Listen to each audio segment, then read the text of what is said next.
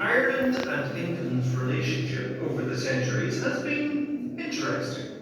English influence in Ireland grew after the Norman invasion of Ireland in the 1170s, and as the centuries went on, England became more controlling over the Irish. When the Tudor King Henry VIII split from the Catholic Church, he stripped the Church of its power in Ireland, seizing their gold and treasures and destroying many monasteries. His daughters, Queen Mary and Queen Elizabeth, continued a strong rule over Ireland, attempting plantations in Laois, Offaly and Munster, but the Irish were too tough to live with for many of the planters. In Elizabeth's later years, she fought a 9 years war against the chieftains of Ulster, the last corner of open rebellion against her. Hugh O'Neill eventually surrendered. After she died, Elizabeth's cousin, James I, became the new King of England, and rather than punishing the rebels, Rory O'Donnell and Hugh O'Neill, he made them Earls. The Earls soon discovered that they had little real power and decided to leave Ireland and return with an army to retake their country. They never returned, and the flight of the Earls left Ireland up for grabs with no more Irish chieftains left. King James arranged the plantation of Ulster, which was so successful, much of it still exists today. Learning from the mistakes of the previous plantations, this plantation was much more extensive. Old towns were fortified and redeveloped, and new towns were built. Most of the Scottish settlers were Presbyterian, the English mainly Church of England. There were plenty of rebellions from the native Irish, including a very bloody and violent uprising in 1641, in which many planters were massacred. Word of these massacres reached England, and people were appalled. In England, the Puritan Oliver Cromwell set about ousting and executing the English king, and after that he set his sights on Ireland. His campaign in Ireland left a path of death and destruction, and what followed was the biggest land grab in Irish history, in which the native Irish were ousted from their land and told to head west to hell or to Connacht. Once again, English politics spilled over into Ireland when the exiled English King James II, who was Catholic, fought against the Protestant King William of Orange. William of Orange defeated King James, but got bored of the war and struck a sweet deal with the Irish, giving them their land back. The Protestant Parliament in Dublin didn't like this, and thus the penal laws were brought in at this time, which clamped down on Catholic and Presbyterian rights. The penal laws gave Catholics and Presbyterians a common cause in Ireland against the Loyalists, those loyal to Britain. In the wake of the American Revolution and the French Revolution, the United Irishmen were set up to work towards an Irish Republic. The Orange Order was set up in 1795 to commemorate King William of Orange's victory and to defend Protestant civil and religious liberties. Allying with revolutionary France, the United Irishmen rose up in 1798, but were defeated. Because of this, the Irish Parliament was shut down and Ireland became directly ruled from London in the Acts of Union, thus forming the United Kingdom of Great Britain and Ireland. Catholics began demanding their rights back through Catholic emancipation, with many thanks to Daniel O'Connell. Meanwhile, the loyal Protestant Orange men continued to parade every 12th of July. The poor native Irish had grown dependent on the potato, and when it failed year after year, hundreds of thousands, millions died of disease and starvation. Many too left the country for England and America, while many prisoners were sent to Australia. Ireland's population has never since recovered from the Great Famine. It was during the famine in 1846 that Crumlin Road Jail was officially opened, receiving 106 prisoners from the old Antrim Jail in Carrickfergus. Later in 1850, Crumlin Road Courthouse was opened with a tunnel linking up to the jail. During the 19th century, Belfast was becoming a great city of industry, being one of the biggest suppliers of linen, and later the great shipbuilding industries, along with tobacco and whisky. Belfast was thriving in the British Empire. Demand for home rule grew in Ireland, except in the Protestant North, where thousands signed against it in the Ulster Covenant, threatening open war against the South. Both sides began forming volunteer groups to prepare for the fighting. At the same time, women were fighting for their rights to vote in the suffragette movement. Indeed, suffragettes became the first people to go on hunger strike at Crumlin Road Jail for women's rights. Authorities introduced the Cat and Mouse Act, which allowed them to release any suffragettes who became too weak. These women would not be the last hunger strikers.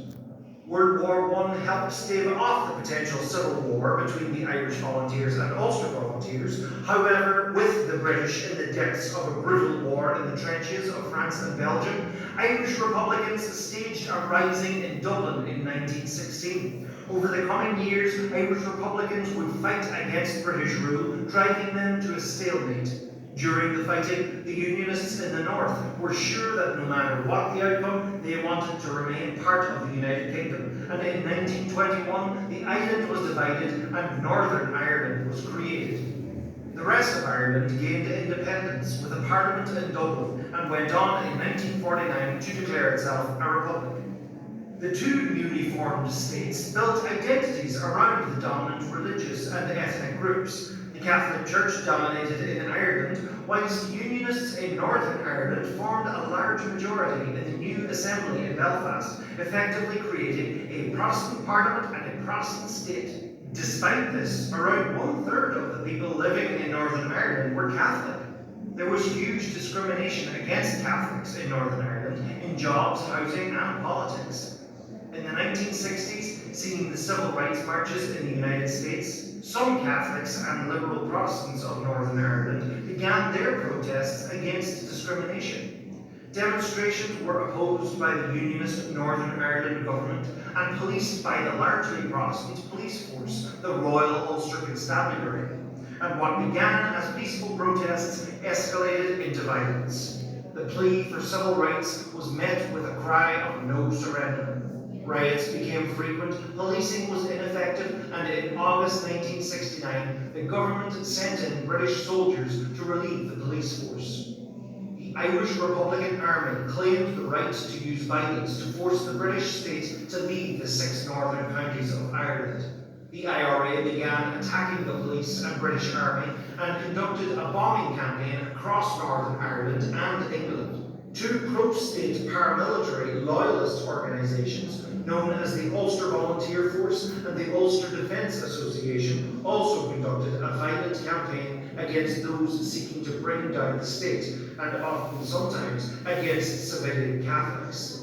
In 1971, internment without trial was introduced, in which many people were imprisoned if even suspected of being involved with the IRA. If they weren't involved before, many were very ready to get involved after their experiences. Atrocities caused by both sides occurred across the north and the north.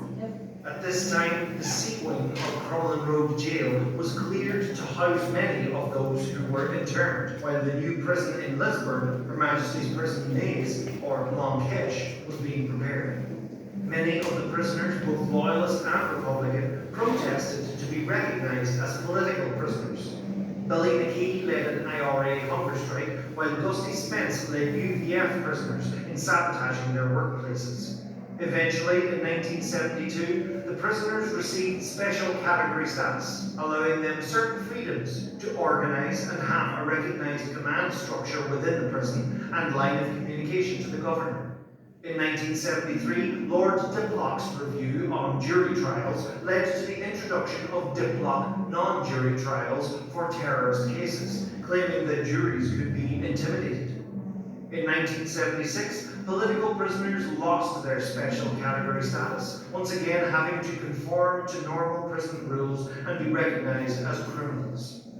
By the 1980s, various protests such as the Dirty Protest and the hunger strikes centred at the Maze prison brought huge pressure internationally on Britain. The bombings and killings would continue through the 1980s. In 1991, 2 loyalist prisoners in Crumlin Road Jail were killed in an explosion in the Sea Wing dining hall, with a dozen seriously injured. The dining hall had been used by Republican prisoners earlier that day. In 1992, an RPG was fired by loyalists towards the A-Wing dining hall, where Republican prisoners were. No one was seriously injured. This violent military confrontation in Northern Ireland saw over 3,500 people die and tens of thousands injured between 1969 and 1998. The majority of these casualties were non-combatants. This state of emergency, referred to by some as the Troubles and by others war, saw an extraordinary military presence from the British state and some highly repressive practices in order to defeat the IRA. But times were changing. In 1994, the IRA, UVF and UDA called ceasefires as part of an ongoing political process. That year, Loyalist prisoners had actually staged a massive rooftop protest on A wing of Crumlin Road Jail, highlighting poor conditions in the prison. On March 31st, 1996, Crumlin Road Jail was officially closed. All remaining prisoners were transferred to the Maze or Maghaberry prison. In 1998, Crumlin Road Courthouse hosted its last ever trial. The new Laggenside Courts became Belfast's main courthouse. That same year, a multi-party agreement known as the Good Friday or Belfast Agreement was reached that set up a power-sharing government in Northern Ireland. This agreement, legislated by British and Irish governments, allowed the expression of Irish and British identities' equal legitimacy, allows for power to be shared by the major political groups, and provides a mechanism whereby whenever the majority of people in Northern Ireland wish to join the Republic of Ireland, then the British state will facilitate this. Until that point is reached, Northern Ireland remains part of the United Kingdom. However, problems remained. Protestant and Catholic working class areas in Belfast were separated by walls. Flags were flown from lampposts to mark different areas, and there were still lots of parades. Confrontations and riots were frequent. Northern Ireland had greater peace, but there is still assertive politics on the street. In 2012, Crumlin Road Jail reopened as a visitor attraction and conference centre, and was visited by Queen Elizabeth II in 2014, where she was guided by First Minister Peter Robinson and Deputy First Minister Martin McGuinness, both former inmates. The early 2010s saw many positive moves in relationships between the UK and Ireland. However, the United Kingdom's decision to leave the European Union certainly complicated things, as Northern Ireland would maintain the UK's only land border with the EU. It has raised a lot of questions, many continue to be asked, some are getting answered. It's an ongoing story, and whatever the outcome, let us hope these countries and provinces can continue into the future peacefully.